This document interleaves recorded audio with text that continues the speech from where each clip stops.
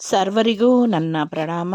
ಸರ್ವರಿಗೂ ಬೆಳಗಿನ ಜಾವದ ಶುಭೋದಯ. ಸರ್ವರಿಗೂ ಆ ದೇವರು ಒಳ್ಳೆಯದು ಮಾಡಲಿ. ಸಬ್ಸ್ಕ್ರೈಬರ್ಸ್ಗೂ ವ್ಯೂವರ್ಸ್ಗೂ ನನ್ನ ವಿಡಿಯೋ ನೋಡೋರೆಲ್ಲರಿಗೂ ನಾನು ಥ್ಯಾಂಕ್ಸ್ ಹೇಳಕ್ಕೆ ಇಷ್ಟಪಡ್ತೀನಿ. ಈ ವಿಡಿಯೋನ ಸಂಪೂರ್ಣವಾಗಿ ನೋಡಿ, ಆಗ ನಿಮಗೆ ಏನು ಮಾಡಬೇಕು ಅಂತ ಹೇಳಿ ಗೊತ್ತಾಗುತ್ತೆ. ಟೆರೆಸ್ಸಲ್ಲಿ ಹೆಂಗೋ ಸ್ಥಳ ಇರುತ್ತೆ, ಹೂ ಹಣ್ಣು ತರಕಾರಿ ಸೊಪ್ಪು ಬೆಳ್ಕೋಬಹುದು. ಪಾಟಲ್ಲಿ ಬೆಳೆದಿರುವಂತಹ ಟೊಮೆಟೊ, ಬದನೆಕಾಯಿ, ಮೆಣಸಿನಕಾಯಿ, ಫ್ರೆಶ್ ಆಗಿರೋ ತರಕಾರಿಯಿಂದ ಈ ಹಸಿ ಗೊಜ್ಜು ಮಾಡಲಿಕ್ಕೆ ಟೊಮೆಟೊ ಮತ್ತು ಹಣ್ಣು ಮೆಣಸಿನಕಾಯಿ ಉಪಯೋಗಿಸ್ಕೊಂಡು ಹಸಿ ಗೊಜ್ಜು ಮಾಡ್ಕೊಂಡು ತಿಂದ್ರೆ ತುಂಬಾ ಸೂಪರ್. ಹಾರ್ವೆಸ್ಟ್ ಮಾಡಿದ ನಂತರ ಹಸಿ ಗೊಜ್ಜು ಮಾಡಿಕೊಂಡು ಜೊತೆಗೆ ಮಾಡಿದ್ದು ತುಂಬಾ ರುಚಿಕರವಾಗಿತ್ತು. ಈಗ ವಿಷಯಕ್ಕೆ ಬರೋಣ ಬನ್ನಿ. ಈಗ ಒಂದು ದೊಡ್ಡ ಗ್ರೋ ಬ್ಯಾಗ್ ಇದು. ಆ ದೊಡ್ಡ ಗ್ರೋ ಬ್ಯಾಗ್ ಅಲ್ಲಿ 2 ಟೊಮೆಟೊ ಗಿಡಗಳು ಹಾಕಿದೀನಿ. ನೋಡಿ ಎಷ್ಟು ಚೆನ್ನಾಗಿ ಹಣ್ಣು ಆಗಿದೆ. ಇದರಲ್ಲಿ ಯಾವ ಹುಳನೂ ಇಲ್ಲ, ತುಂಬಾ ಚೆನ್ನಾಗಿ ಹಣ್ಣು ಆಗ್ತಾ ಇದೆ.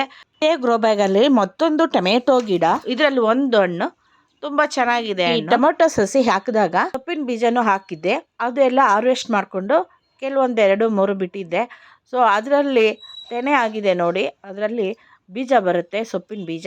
ಗ್ರೋ ಬ್ಯಾಗ್ ತೋರಿಸ್ತಿದ್ದೀನಿ ನೋಡಿ. ಸ್ಟ್ಯಾಂಡ್ ಇಟ್ಟಿದ್ದೀನಿ ನಾನು. ಟೆರೆಸ್ ಗಾರ್ಡನ್ ಅಲ್ಲಿ ನಾನು ಯಾವುದೇ ಗಿಡ ಇಟ್ಟರು ನಾನು ಸ್ಟ್ಯಾಂಡ್ ಮೇಲೆನೆ ಇಟ್ಟಿದ್ದೀನಿ. ಈ ಗ್ರೋ ಬ್ಯಾಗ್ ನ ಅಳತೆ ಉದ್ದ 36 ಇಂಚಸ್, ಅಗಲ 16 ಇಂಚಸ್, ಎತ್ತರ 12 ಇಂಚಸ್. ಈ 12 ಇಂಚಸ್ ಎತ್ತರದಲ್ಲಿ ನಾನು ಬರೀ 5 ಇಂಚಸ್ ಅಷ್ಟೇ ಮಣ್ಣು ಹಾಕಿರೋದು. ನಾನು ಒಂದು ಭಾಗ ಕೊಕೊಪಿಟ್, ಅರ್ಧ ಭಾಗ ಕೊಟ್ಟಿಗೆ ಗೊಬ್ಬರ, ಇನ್ನ 1/4 ಭಾಗ ಮಣ್ಣು.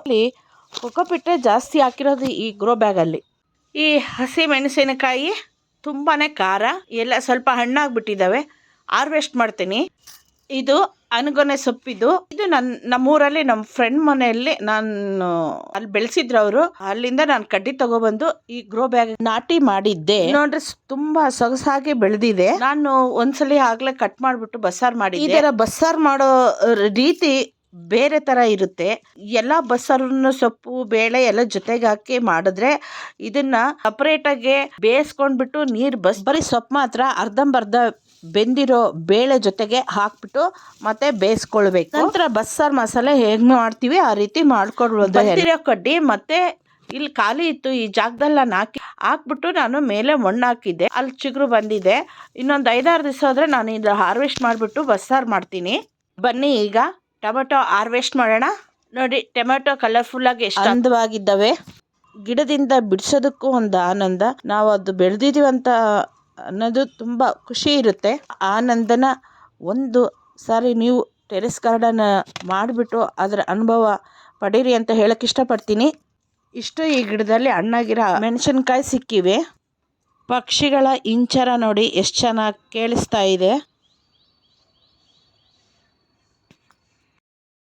ಈಗ ಮತ್ತೊಂದು ಕಡೆ ಬನ್ನಿ.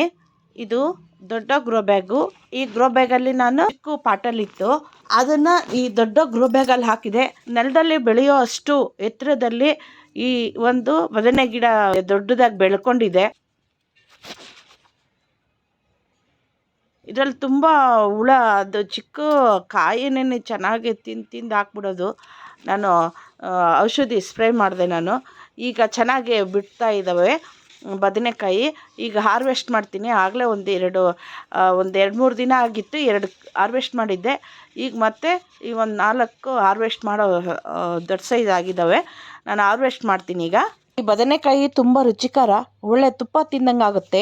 ಇದರ ಮಣ್ಣಿನ ಮಿಶ್ರಣ ವಿಭಿನ್ನ. ಅದು ಹೇಗೆ ಅಂದ್ರೆ ಕೊಕೊಪಿಟ್ಟು, ಮಣ್ಣು, ಕೊಟ್ಟಿಗೆ ಗೊಬ್ಬರ, ಆಮೇಲೆ ನೆಲ್ಲೊಟ್ಟು, ನಂತರ ಬೇವಿನ ಹಿಂಡಿ, ಇದ್ದಲು. ಈಗ ಬದನೆಕಾಯಿ ಹಾರ್ವೆಸ್ಟ್ ಮಾಡ್ತೀನಿ. ನೋಡಿ 4 ಬದನೆಕಾಯಿ ಹಾರ್ವೆಸ್ಟ್ ಮಾಡಿದ್ದೀನಿ.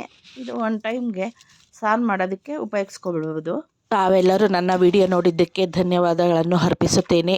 ಮುಂದಿನ ವಿಡಿಯೋದಲ್ಲಿ ಸಿಗೋಣ. ಅಲ್ಲಿಯವರೆಗೂ take care, bye, see you. ಸರ್ವ ಜನ ಸುಖಿನೋ ಭವಂತು. ಜೈ ಹಿಂದ್, ಜೈ ಕರ್ನಾಟಕ ಮಾತೆ.